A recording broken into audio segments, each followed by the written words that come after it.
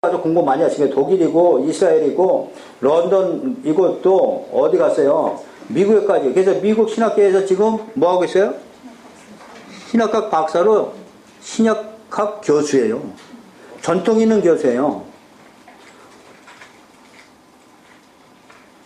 자, 국내에서는 아세아 연합신학대학교 교수, 총신대학교 신학대학원 교수와 대학원장 등을 역임했어요.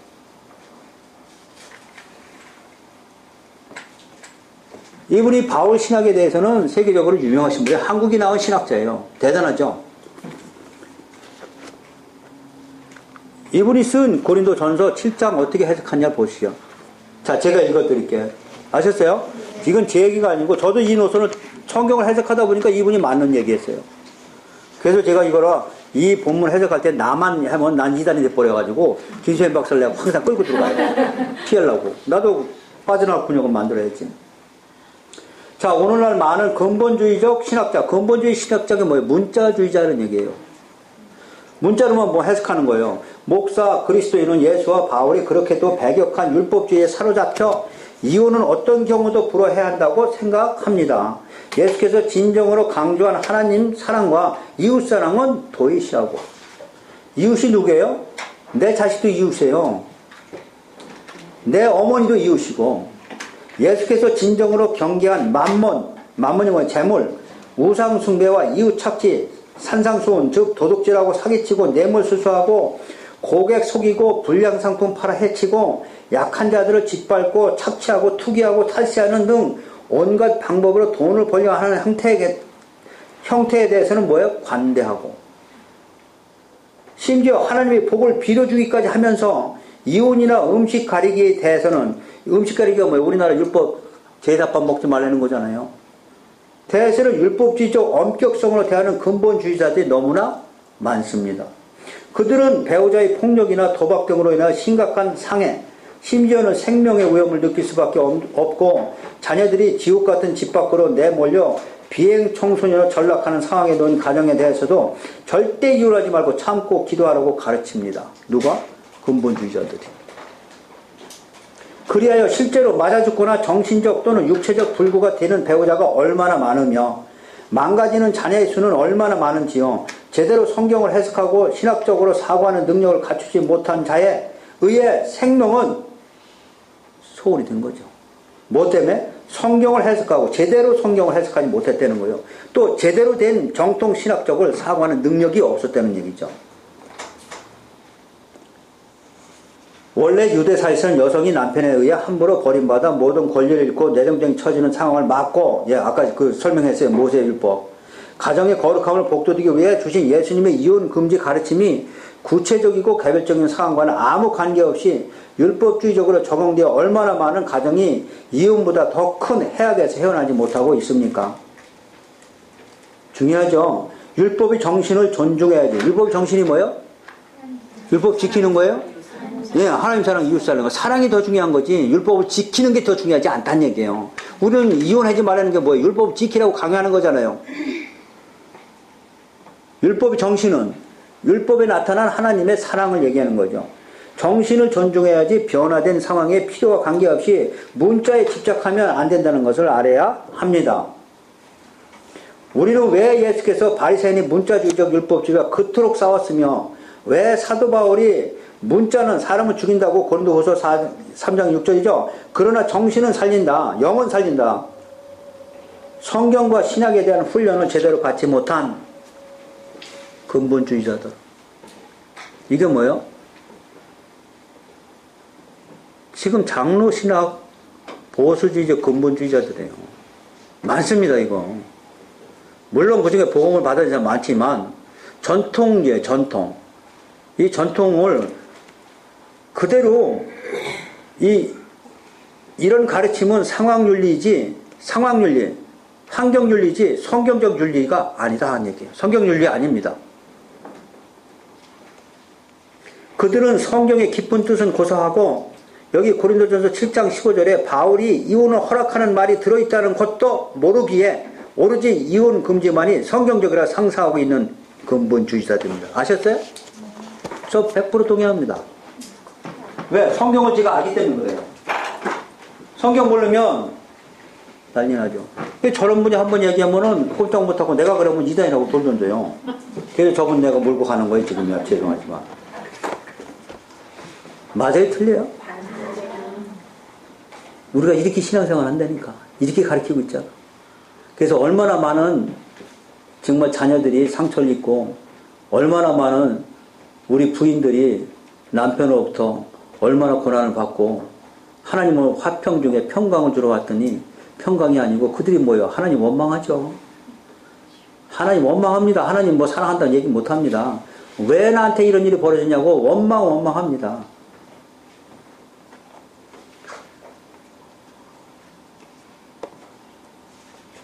그래서 고린도전서 바울은 이걸 이해했습니다. 예수님 말씀이 이대로 했으면 자기가 명한다고 강하게 얘기하지 못해요. 근데 확신이 있었어요. 이것은 이미 바울이 창세기 2장을 푸른 사람이에요. 그죠? 교회와 예수님의 관계를 풀었어요. 여기도 교회와 예수님의 관계를 예수님이 말씀하신 걸 바울은 알아들었어요. 이것을 재조명한 게 아니고 다시 결혼 문제, 이혼 문제에 대해서 고린도전서에서 고린도 교인들이 이거 가지고 문제가 생겼죠. 그랬더니 거기서 명확하게 해답을 준 거죠. 우리도 이제는 이혼 문제나 이런 문제에 대해서는 지금 마태복음을 들을 게 아니고 어딜 들어야 돼요? 고린도전서 7장을 들어야 돼요, 여러분.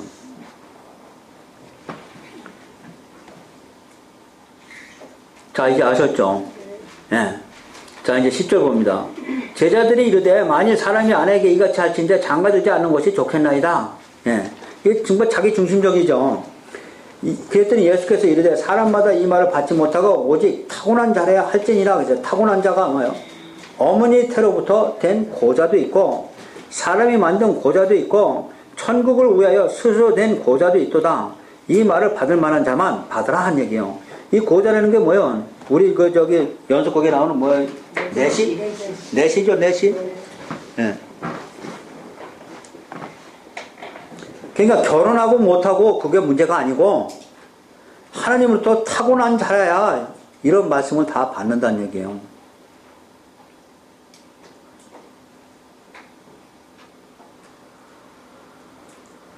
자, 13절 봅니다. 그때 사람들이 예수께서 안수하고 기도해 주심을 바라고 어린아이들 데리고 오매 제자들이 꾸짖거늘.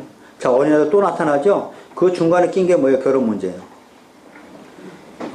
그러고 나서 어린아이들 데리고 오매 꾸짖거늘. 예수께서 어린아이들을 용납하고 내게 오는 것을 금하지 말라. 천국이 이런 사람의 것이니라. 이 어린아이들이 아마 이혼 문제 다음에 나오는 것도 우리가 의미심장합니다. 이혼하면 어떻게 됐어요? 어떻게 돼요?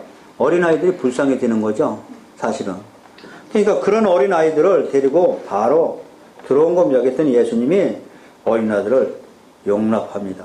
받아들이고 다 용서해요. 이것은 율법의 정신이 무엇인가를 가르쳐주는 장면이에요. 너희들은 이혼 문제를 뭘 가지고 들고 나왔어요? 율법 가지고 왔는데 율법은 원래 그런 게 아니다. 모세가 이혼하라고 한 것은 너희들이 완악함 때문에 그렇고 원래 율법의 정신은 이 어린아이를 용납하듯이 어린아이들을 받아들이는 것이 율법의 정신이니라 해가지고 지금 설명해주고 있는 거예요.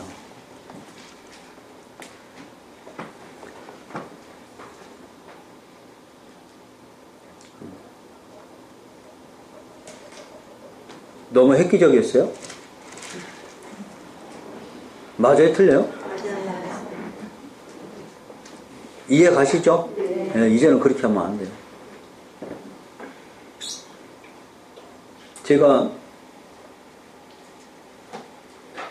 저번에 얘기했죠. 저 하나님이 진짜 처음 만날 때 만나게 해줘가지고 이혼해야 되느냐 말하냐 하는데 저 전사 때인데 저 이미 말씀이 있었어요. 저는요. 그래서 이혼하라고 했어요. 저는 그때 이 성경에 깊이 알지도 못했지만 절대 이혼하지 않는다고 이혼하지 못하고 십몇 년을 고생하고 진짜 아까 김선 박사님이 쓰신 것처럼 정말 애들 상처 입고 그 고난 속에서 지옥 같은 생활을 몇십 년 했다고요. 저한테 그분을 만나겠는데 제가 이혼하라고 했어요. 근데 그분은 교인이었고 절대로 이혼 못한다고 생각했는데 결국 제 얘기 듣고 3년 만인가 이혼했어요. 이혼했는데 지금은 정말 이 평강이 임하고 이렇게 기쁠 수가 없다고. 내가 왜 거기에 메말르느냐. 여지껏 목사님들이 그렇게 가르쳤다는 것이죠. 근데 지금은 너무너무나 평하고 애들이 지금은 다 살아있고 자기 온 가족이 살아서 화평 중에 하나님 계신 걸 보고 지금 이렇게 즐겁고 은혜가 미쳐. 그래요. 하나님 그것 때문에 온 거예요. 그 한 사람 때문에 그것을 견뎌내고 있어야 되냐. 그것이 몇십 년 동안 목사님들이 가르친 교훈이에요. 그걸 지금 근본주의자들이죠.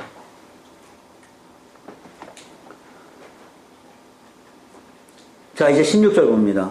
어떤 사람이 주께 와서 이르되 선생님이여 내가 무슨 선한 일을 해야 영생을 얻으리까 하고선 선한 일, 착한 일이야 말 그대로 영생을 얻으리까 하고 율법주의자입니다. 예수께서 이르되 어찌하여 선한 일을 내게 묻느냐? 예, 선한 일을 어찌하여 묻느냐? 선한 일은 오직 한 분이시라. 내가 생명에 들어가려면 계명들 지켜라. 그래요. 선한 이시는 누구냐? 한 분이시다. 오직 한 분은 누구예요? 예, 하나님 한 분이고 예수님 한 분뿐입니다. 그러니까 내가 생명에 들어가려면 뭘 지켜라? 계명 지켜라 하고 지금 16장 1절에서는 이미 어떤 사람이 와가지고 자기는 율법을 다 지켰다고 지금 자랑해러 온 거예요. 지금. 그랬더니 예수님이 계명들을 지키려 했더니 18절 이르되 계명이 이유니까 예수께서 이르되 살인하지 말라, 또 간음하지 말라, 도둑질하지 말라, 거짓말하지 말라. 예.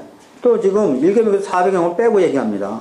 내 부모를 공경하라, 이웃을 내 자신까지 사랑하실 것이니라 하고 물었어요. 아까 얘기한 거 똑같습니다. 그랬더니 청년이 이르되 모든 것을 내가 지켰사온데 뭐 아직도 무엇이 더 부족한 거 있어요? 그랬더니 예수께서 내가 온전하고자 할진대 가서 내 소유를 팔아 가난한 자들에게 주라. 그리하면 하늘에서 보화가 내게 있으리라. 그리고 와서 나를 따르라 하시니. 그러니까 그는 지금 뭘 했어요? 1계명부터 4계명 이미 다 뭐 이건 말 안 해도 이미 하나님 다 사랑하는 거 다 하는 거고. 그 다음에 5계명부터 이렇게 10계명까지 10계명 제일 마지막은 뭐 탐심인데, 예? 탐심에는 뭐 남의 거 훔치지 않으면 되는 거지 뭐. 도둑질 하지 않으면 되는 거지 뭐. 그럼 내가 탐심이요? 그러니까 뭐야, 나는 완벽히 지켜서 뭘로? 살인 안 했고, 예, 도둑질 안 했고, 다 지켰다는 얘기예요. 근데 이거 산상수훈에서 나온 거죠? 살인하지 말라가 아니고 뭐예요? 마음으로. 친구한테 뭐야, 나가라고 욕 한번 해서 살인한 거 똑같다고 그랬죠? 또 탐심도 마찬가지예요. 경계표를 옮기지 말라 하고 마음으로만 이미 탐심만 들어가면 죄인이라고 산상수훈에 가르쳐 준 거죠. 근데 그와 반대로 이 율법주의자들은 겉으로 10계명만 다 지켰다는 얘기죠. 그랬더니 예수님이 하신 말씀이 너희는 거 다 팔아서 이웃 가난한 자에게 나눠주라. 이 얘기는 뭐냐면 팔아서 나눠주는 것은 사랑 없이는 못하는 겁니다. 율법의 계명이 뭐예요? 전부 사랑이에요. 사랑으로 완성된 거예요. 율법의 의미를 너 잘못 알고 있다 하고 가르쳐주는 장면이에요. 지금. 그랬더니 22절 그 청년이 재건이 말한 말씀을 듣고 근심하면 가니라. 자, 이거를 다 지켰다고 가정해요. 다 지켰다고 가정하는데 뭘 못 지켰어요? 실제로는 겉으로는 지킨 거예요. 겉으로는. 이걸 의식주의자라고 그래요. 의식주의자. 겉으로 지켰어요? 안 지켰어요? 사냥 안 하고 도둑질 안 하면 지켰다고 생각하는데 마음은 적었죠. 그러니까 뭐가 없어요? 율법의 원래의 뜻, 예수님이 이야기한 거잖아요. 원래의 뜻이 뭐예요? 예, 하나님 사랑, 이웃 사랑이라고 하잖아요.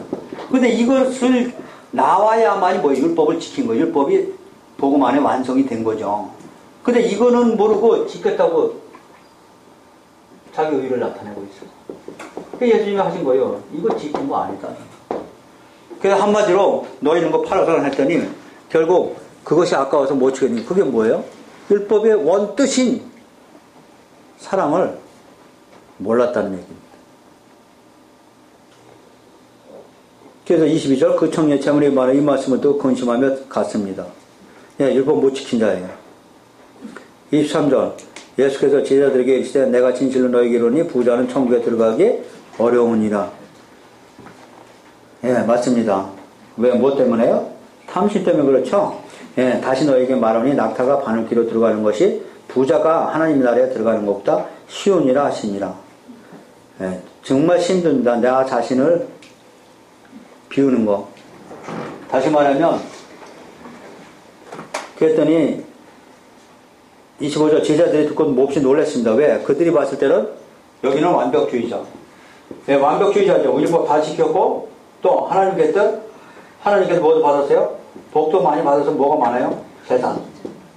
그러니까 구약에 이게 하나님에 대한 하나님의 관입니다. 하나님의 구약의 관을 한마디로 하나님이 주신 십계명 율법을 잘 지켜야 되고 그래야 복을 받고 또 많은 재물, 많은 자식 이것이 많이 불어나면 하나님께 복을 받았다고 합니다. 그런데 부자가 하나님 나라에 들어갈 수 없다니까 부자는 하나님부터 복을 받은 자인데 제자들이 깜짝 놀랐습니다. 그럼 누가 들어갈 수 있냐는 게 26절 예수께서 그들을 보시면 이제 사람으로 할 수 없다 하나님으로 할 수 있느니라 그랬어요. 그럼 사람으로 할 수 없다 하나님으로 어떻게 할 수 있느냐? 이에 베드로가 알아들었어요. 대답하여 이르되 보소서 우리가 모든 것을 버리고 주를 따라 싸우는데 그런데 우리가 무엇을 얻으리까? 자, 청년은 버리지 않고 아까워서 도망갔고 지들은 뭐요? 예, 뭐 돈 많지도 않았지만 배하고 고기 잡는 거 그거 다 버리고 왔다는 얘기예요. 그러니까 무엇을 얻을까 했더니 예수께서 내가 진실로 너에게 이르노니 세상이 새롭게 되어 인자가 자기 영광에 보좌에 앉을 때 나를 따르는 너희는 12보좌에 앉아 이스라엘 12지파를 심판하리라. 그래서 이거는 계시록에 나오는 거죠. 내 이름을 위하여 29절 집이나 형제나 자매나 부모나 자식이나 전토를 벌인 자마다 여러 배를 받고 또 영생을 상속하리라.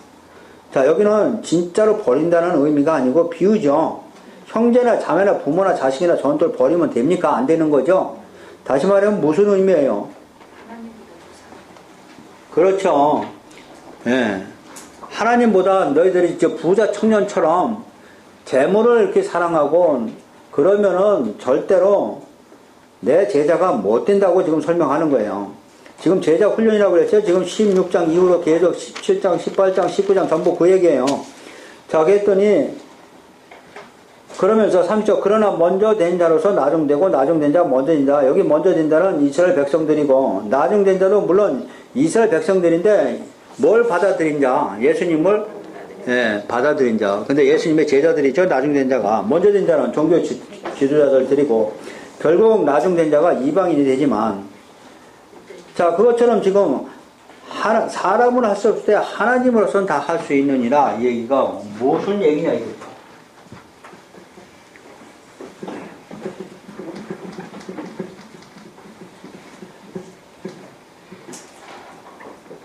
자, 인간은 도망간 청년처럼 자기 재산을 버리고 이웃에게 나눠줄 수 없어요. 아마 어떤 형식적인 흉내는 낼 수 있겠죠. 그러나 하나님을 할 수 있는 일이라는 것은 아까 얘기했어요. 계속 이어져 나온 겁니다. 하나님이 나를 위해서 어떻게 하셨느냐 이것을 깨닫게 하고 알게 해주고 하는 게 뭐예요? 성령이 하시는 거죠. 성령이 뭘 해주세요? 네.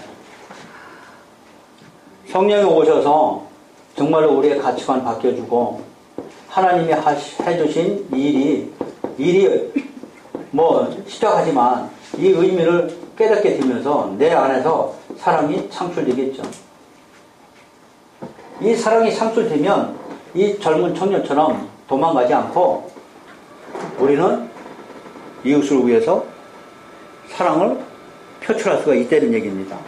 그것은 결국 우리 인간의 힘으로 되는 게 아니고 십자가의 능력, 십자가의 사랑 이것이 힘입어서 할 수 있게 됩니다.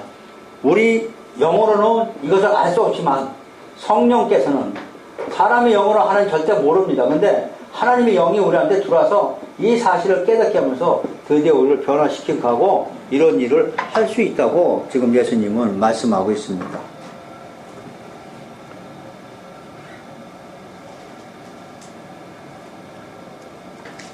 자, 그러니까 지금 계속 지금 예수님이 싸우시는 게 뭐예요? 율법주의다. 율법을 지금 뭘로 지금 완성시켜 가는 거예요, 지금요? 사랑으로 전부 완성시켜 가는 겁니다. 그것이 산상수훈에서 이미 산상수훈에서 입을 열어 가르쳐서 이미 다 얘기했어요. 그것이 지금 구체적으로 지금 실현되고 있는 장면이에요. 자, 20장 봅니다. 자, 천국은 이제 천국 얘기 나왔습니다. 이제 어디서부터 나와요? 처음부터 안 나오죠? 처음에는 예수가 누구신가 이것을 알려주는 게 1장부터 16장까지고 아까 16장 몇 절부터 베드로의 고백서부터 이제는 교회에 대해서 설명하고 교회에다가 열쇠 주었고 그 다음에 천국, 교회를 위해서 천국문을 여는데 천국은 어떤 것인가를 설명하기 시작해요. 그래서 1장서부터 16장까지는 주제가 뭐예요? 이거 두 단으로 나눠야 돼요. 1장부터 16, 마태복음은 1장부터 16장까지가 예수는 누구신가? 거기에 대해서 지금 귀신도 쫓아내고 문둥병도 고치고 예수가 누구신가? 바다 위도 걸으시고 이런 장면이 나온 거예요. 예수가 결국 보여주고 나서 16장에서 베드로가 그 옆에서 본 베드로가 주는 그리스도요 살아계신 하나님의 아들입니다고 고백을 터주고 나서 이제 교회론에 대해서 설명하고 있다는 걸 여러분 알고 계셔야 돼요. 자, 20장 이제 천국입니다. 천국은 마치 품꾼 얻어 포도원에 들여보내도 이른 아침에 나간 집주인과 같으니 그가 하루 한 데나리온씩 품꾼들과 약속하여 포도원에 들여보내고 또 제3시에 나가보니 장터에서 놀고 서있는 사람들이 또 있는지라 그들에게 이르되 너희도 포도원에 들어가라 내가 너희에게 상당하게 주리라 하니 그들이 가고 6시 9시에 또 나가 그와 같이 하고 제11시에도 나가보니 서있는 사람들이 또 있는지라 이르되 너희는 어찌 종일토록 놀고 여기 서있느냐 이르되 우리를 품꾼으로 쓰는 이가 없습니다 이르되 너희도 포도원에 들어가라 하니 저물매 포도원 주인이 청지기에게 이르되 품꾼들을 불러 나중 온 자로부터 시작하여 먼저 온 자까지 삭슬 주니라 그랬어요. 자, 중요합니다. 여기는 먼저 온 자, 나중 온 자 전부 합쳐서 삭슬 주기 시작합니다. 제11시에 온 자들이 와서 한 데나리온씩 받고 먼저 온 자들이 와서 더 받을 줄 알았더니 중요합니다. 더 받을 줄 알았더니 왜? 나 일 많이 했다는 거죠. 왜? 아니 지금 11시에 온 사람들은 뭐 몇 시간 일을 안 한 거잖아요. 근데 자기들은 뭐요? 새벽서부터 왔죠. 그래서 11절 받은 후 집주인을 원망하여 이르되 나중 온 이 사람들은 1시간밖에 일하지 아니하였거늘 그들을 종일 수고하며 더위를 견디는 우리와 같게 하였나이다. 그러니까 뭐 차별 대우한다는 얘기죠. 주인이 그 중에 한 사람에게 대답하여 이르되 친구여 내가 네게 잘못한 것이 없노라. 내가 나와 한 데나리온의 약속을 하지 아니하였느냐. 내 것이나 가지고 와라. 나중 온 이 사람에게 너와 같이 주는 것이 누구의 뜻이다? 하나님의 뜻. 여러분 이거 아셔야 돼요. 그래서 상급 문제 안 나오는 거예요. 상급 문제. 나 열심히 일했다고 뭐 대가 받는 거 아니란 얘기예요. 자, 근데 왜 열심히 일하는 거예요?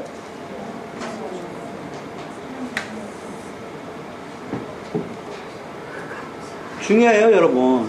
주의 종이 되는 것은 은혜를 많이 받은 자가 뭐예요? 주의 종이 되는 거예요. 은혜를 많이 받은 자는 상급을 떠나서 그만큼 일해도 하나도 아깝지 않아요. 저도 마찬가지예요. 저 하늘나라 가면은 천국을 남보다 더 여러분보다 더 많이 받을 거다는 이거 가지고 가면 저는 진짜 부끄러워요. 저는 절대 아닙니다. 제가 항상 얘기하죠. 우리 집사님하고 열심히 하는데 집사님은 작은 집에 살고 나는 큰 집에 살면 내가 부끄러워. 이 세상에서도 부끄러운데 하늘나라 가서면 또 차별되면 아니죠. 이거 상급 문제 한 번에 지금 묵살하는 장면입니다. 근데 우리는 겁없이 무슨 얘기를 해요? 여긴 내 뜻이 뭔지 모르는 거예요. 나중 온 이 사람에게도 너와 같이 주는 것이 누구의 뜻이다? 하나님 뜻이에요. 하나님 사랑이세요. 나중 오난 일찍 오난 뭐예요? 상급은 구원의 상급 똑같다는 얘기예요. 그러나 내가 열심히 한다는 것은 나를 지도자로 세우기 위해서 하나님이 더 주님의 은혜를 많이 주셨겠죠.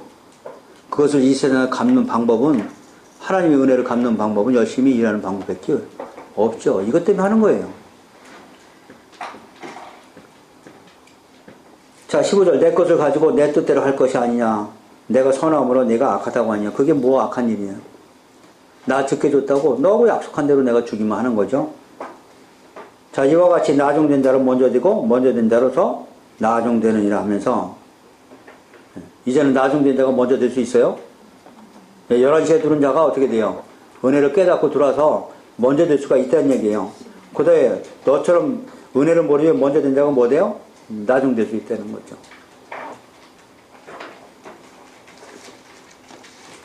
우리가 하나님께 얼마나 열심히 함으로써 하나님께서 우리에게 보상을 받을까?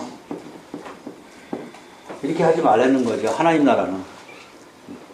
그래서 이 자체로 시작한다고 하면은 나 자신이 은혜를 모르는 거예요. 자, 그러나 하나님께 열심히 하면 보상 안 받나?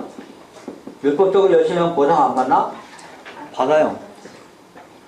제가 자꾸 설명해요. 이거는 천국에 가서 받는 게 아니고 아마 이 땅에서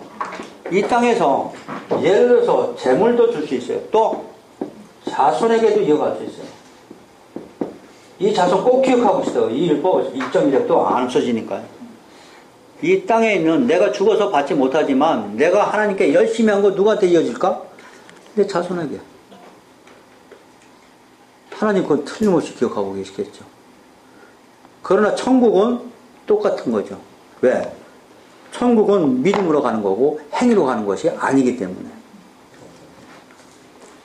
적나라하게 보여준 게 예수님 십자가에 죽으실 때 강도 2명 있죠. 바로 옆에 있는 강도가 뭐예요? 여태껏 나쁜 짓 하다가 죽을 지경에 누구 예수가 주라는 거 시인하면서 바로 어떻게 해요? 낙원에 들어가는 거예요. 그 사람 뭐 행위한 거 있어요? 뭐만 있어요? 믿음으로. 그걸 보여준 거예요. 믿음으로 그럼 어디 가세요? 천국 가세요. 그럼 나도 실컷 놀다가 나중에 믿음으로 구원받으니까 죽을 때 가서 한번 나도 강도처럼 믿습니다 하고 죽으면 천국 가나?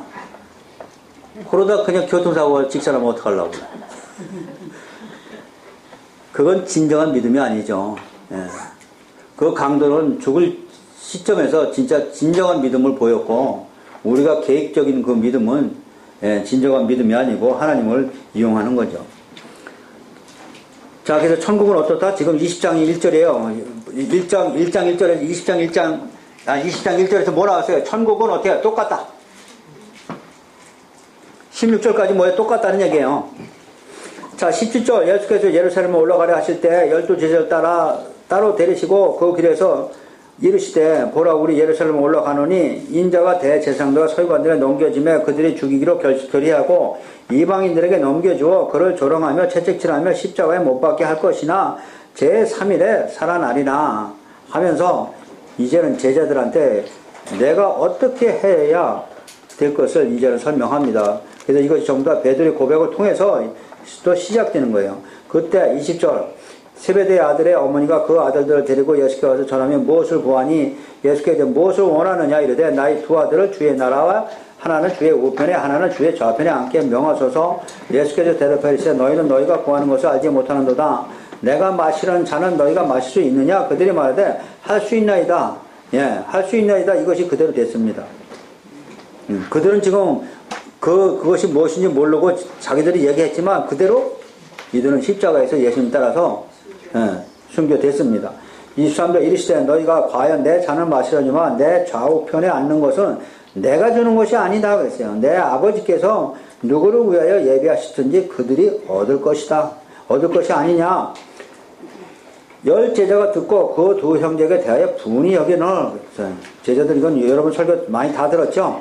예수께서 제자들을 불러다가 이르되 이방인의 집권자들이 그들의 임으로 주관하고 그 고관들이 그들에게 권세를 부르는 줄 너희가 알거니와 너희 중에는 그렇지 않아야 하나니 너희 중에 누구든지 크고자 하는 자는 너희를 섬기는 자가 되고 너희 중에 누구든지 으뜸이 되고자 하는 너희 중에 종이 되어야 하리라. 이걸 아까부터 지금 계속 설명하고 있어요. 베드로의 고백 이후에서 제일 먼저 나온 게 이게 뭐예요? 작은 자가 되라. 이 교회 사명입니다. 28절 인자가 온 것은 섬김을 받으라 함이 아니라 도리어 섬기라 하는 자기 목숨을 많은 사람의 대성물로 주려 합니다. 이게 섬김입니다. 목숨을 대성물로 주는다. 그래서 우리를 예수님이 섬겼다는 거죠. 섬김. 그러므로 너희들도 교회 사명이 섬김에 있다.